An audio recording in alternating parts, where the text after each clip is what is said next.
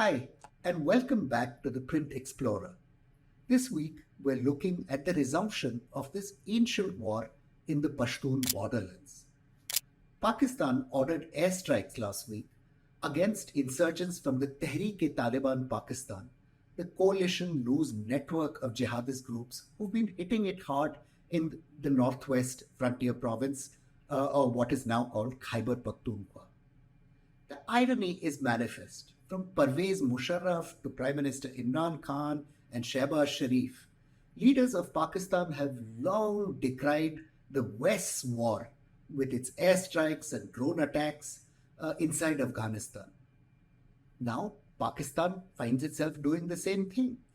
The same thing, moreover, just a couple of years after its military commanders were so exhilarated that the Taliban, a loyal client, had taken power in Afghanistan. What's gone wrong? The answer to that question lies, I'm going to explain, in a series of peace deals that were cut in the 1990s. I'll repeat that paragraph. Well, what went wrong? The answer to that question lies partly in a series of peace deals Pakistan tried to conduct with the Tehreek-e-Taliban in the years after 9/11, but which had the paradoxical impact of strengthening jihadists rather than weakening them. Instead of learning from those deals, Pakistan thought it would cut an even bigger one with the Afghan Taliban and thought it would make all the subsidiaries of the Tehreek-e-Taliban Pakistan fall in line. That calculation has badly backfired. The Pakistani Taliban basically emerged after 9/11, when Pakistan itself sought to bring back Pakistani nationals who'd been fighting alongside the Taliban and rehabilitate them in the frontier belt. It seemed like a good idea. If you could win these jihadists over, there would be a stabilizing influence. Pakistan's military would have a foot in the door within Afghanistan to be used when it wanted, and the jihadists would be loyal proxies and allies within the frontier areas themselves.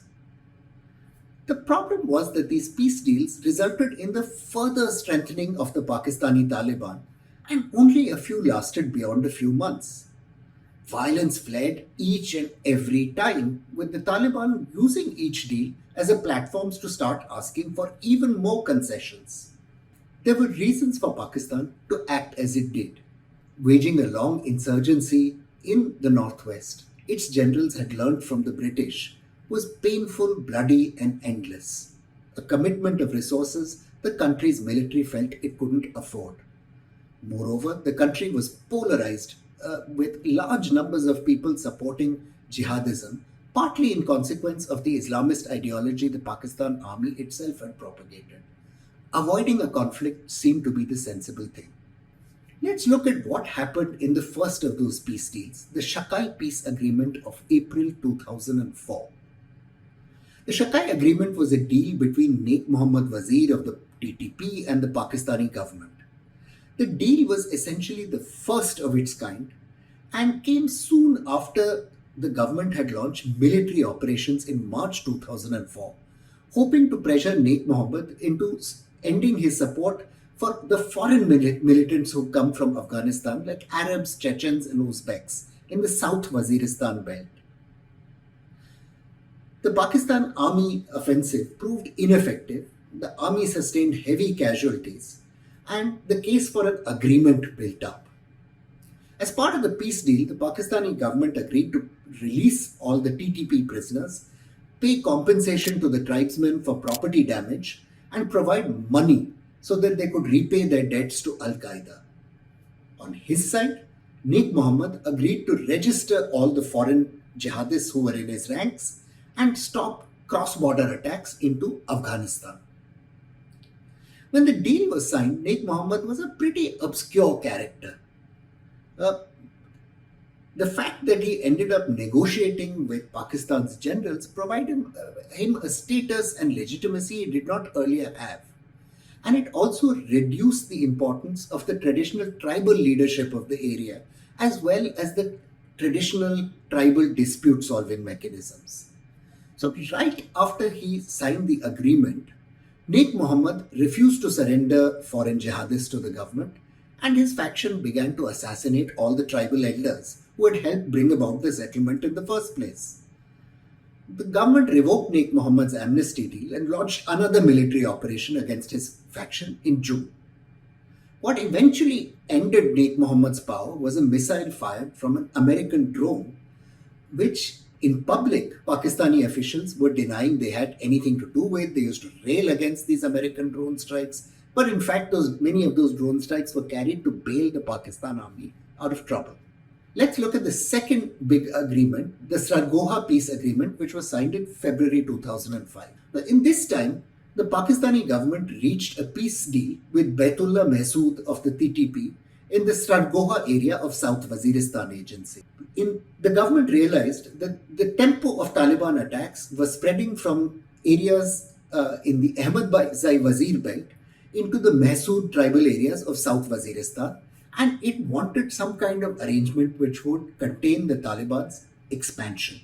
Like the first peace deal, this one specified that the government would compensate jihadists for homes razed or damaged during earlier military operations. The government also agreed not to target Baitullah Mahsood or his supporters. In response, the jihadists allied with or the jihadists serving under Mahsood did not have to lay down their arms. They did not have to surrender foreign jihadists. The agreement only stipulated that they cease attacking Pakistani military targets and don't shelter any further foreign jihadists. Just like had happened with Naik Muhammad, the military's deal with Baitullah conveyed to communities in the tribal areas that the jihadists were now the boss, allied with the army, not the traditional leadership. Again, just like in the past peace deal with Naik Muhammad, clashes between the military and the jihadists escalated sharply. Baitullah understood that he had an opportunity to expand his authority, that the military was not interested in getting into a fight, and that he could do whatever he wanted. Baitullah would eventually be killed again by a US drone in August 2009, but the organization he headed remains strong today as Pakistan is learning to its cost. Ever since 2001, the Swat Valley had suffered growing unrest after a cleric, Maulana Fazlullah, established a religious seminary and later began delivering jihadist sermons to the population through an illegal FM radio station. It used to be called Radio Maulana for that reason. Fazlullah's followers pursued all kinds of extremist policies in the Swat area. They prevented girls from attending schools. They demanded that women could only go out wearing the all-enveloping burqa. And after Pakistani security forces raided the Lal Masjid in Islamabad in July 2007, Fazlullah's struggles for implementation of Sharia law took a more violent form. Fazlullah's violence continued until a newly elected government came to power in Khyber Pakhtunkhwa province in 2008. This coalition government consisted of two secular parties, the Awami National Party and the Pakistan People's Party. Hoping to put an end to the violence, the coalition government quickly extended an offer of peace talks to the Taliban, hoping that problems could be resolved through discussion. The Taliban had also been attacking political leaders. The politicians were quite desperate to buy peace. Following a set of meetings and discussions between the TTP and the Khyber Pakhtunkhwa government, both sides reached a deal. It was a 16-point formal agreement. Again, just like with the two earlier peace deals, disagreements and violence followed. Firstly, the Taliban simply refused to surrender their arms as was stipulated in the agreement, saying that the government first needed to withdraw all troops from Swat. They also demanded the release of Taliban prisoners held by Pakistan, and within a month they began attacking government officials and installations, as well as destroying all sorts of things from shops selling electronics to schools. Finally, the Pakistan government had to step in and order a military campaign called Rahe-Haq. Well, the army is a blunt instrument, and what happened next was predictable. There was terrible violence in Swat. Schools, police stations, army convoys were attacked, civilians kidnapped, and many beheaded.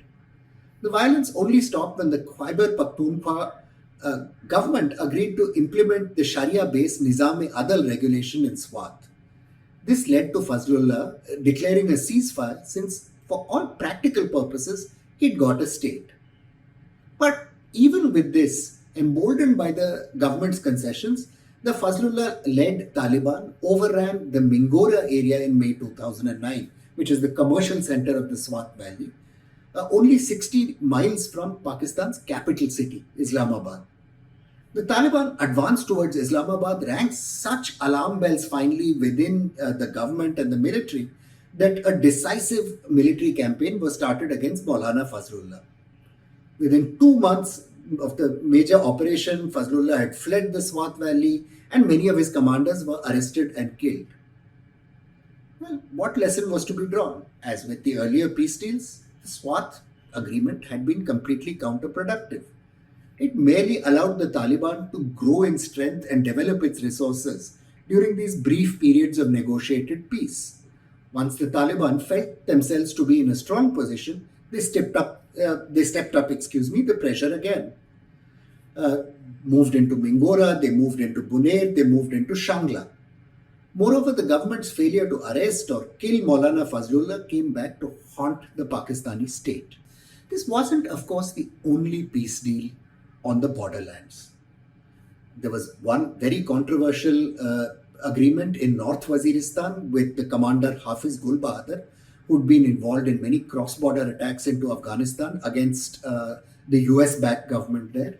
The Pakistan government and Hafiz Gul Bahadur's faction basically agreed that in exchange for not attacking Pakistani interests, Islamabad would let him continue doing whatever he wanted to do. The outcome was that Hafiz Gul Bahadur's fighters for a long time moved freely around North Waziristan and turned it into an emirate. A similar but covert deal is reported to have been reached with the jihad commander Fakir Muhammad in Bajaur after a military operation called Operation Sherdil in 2008.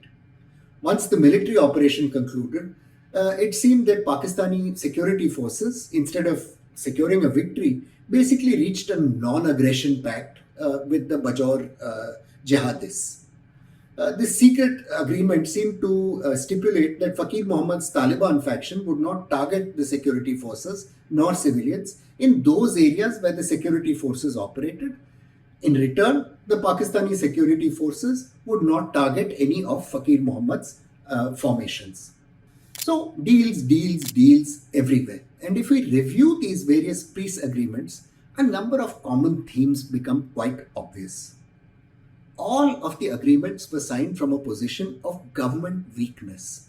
And thus, the jihadists were able to get concessions no state would otherwise like to hand over to some sort of insurgent group or political movement.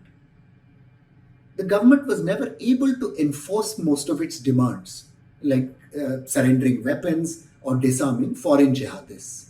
In the majority of cases, the government gave a lot of money to the jihadists, thinking that they would be bought out with this money. In effect, it provided them funding for their future operations.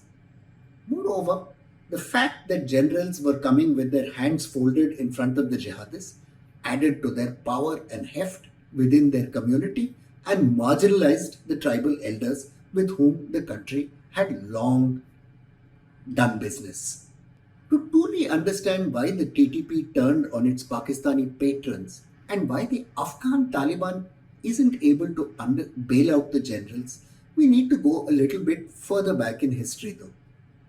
From the 1820s, what is now Khyber Pakhtunkhwa witnessed an extraordinary revival of the clerical order, which led, among other things, to Syed Ahmad Barelvi conducting a famous, if failed, war against the Sikh Empire. The work of the eminent historian Sana Haroon gives us fabulous insights into these clerical networks and tells us how far this growth of the mullahs was enabled by generous cash subsidies by the regimes of Emir Dost Muhammad Khan and Emir Abdul Rahman in Afghanistan, as well as the British, all of whom competed to cajole cajole compliance from the community, and purchase tactical leverage or split adversaries. In the absence of competitive democratic politics, the clerics emerged as the sole mode of opposition to the often tyrannical rule of the tribal chieftains or maliks, as they were called. For all this throwing of money at the problem, Imperial Britain found itself in a state of almost constant war with the border tribes.